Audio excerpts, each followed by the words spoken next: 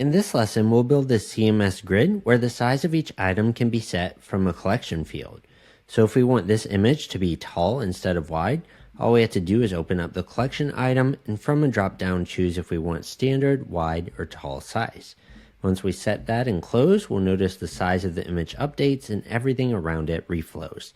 So let's build this out. First, let's select our collection list and set it to display grid. We'll add an extra column, so we have 3 columns, and delete a row, and we'll set our gap to 1em.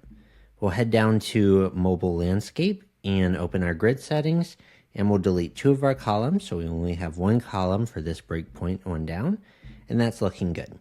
So we'll head over to our collection settings, and let's add a field, and we'll use an option field here called item style.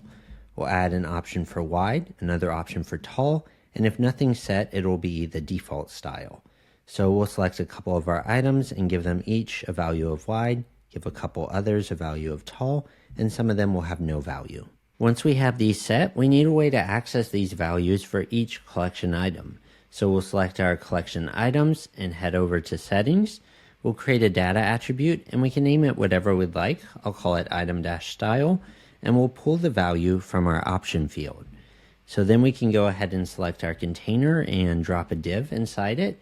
We'll give this div the class of our collection list, and inside of that, let's drop in an empty div. We'll create maybe 4 copies of this, and we'll select the first one and have it span 2 columns, and the second one will have span 2 rows. So let's select our first div, head to the Webflow icon, and click CSS Preview.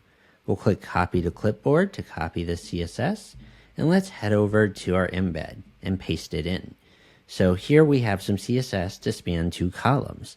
To target this, we'll do 2 straight brackets, and then we'll say item-style, and we'll target every item that has a value of wide, and we'll give it this CSS here. Then let's select our second div that spans 2 rows, head over to the Webflow icon, CSS Preview, copy to Clipboard, and head back to our embed. We'll paste this code in as well, and again, we'll add the straight brackets, we'll do item-style, and we'll target every item with a value of tall. And we can save that, and we can delete this div now. Now you'll notice our items have tall and wide styles depending on what was set in the collection. There is this empty space here though, because the wide items and tall are all really close together, and we didn't have any regular size items to fit into this space. So to solve for that, we can open up our grid settings, and all we want to do is check this dense option right here, and it's going to rearrange our items, maybe move where they are so that it fills up all the empty space and we never have any gaps. So maybe the item that was at the bottom of the list gets moved up here depending on how the layout falls. And that's working quite well. We want to keep that layout on tablet, and we want it to go away when we head to mobile landscape. So our tablet breakpoint here looks like it ends at 768 pixels. All we have to do is open up our embed, and we can use a media query that runs on 768 or above. So any code we put inside the media query will only run on desktop and tablet. So we can just paste in our code here and maybe Shift Tab to indent it.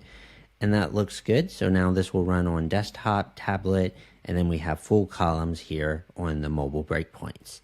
So that wraps up how to create this CMS grid that's fully customizable.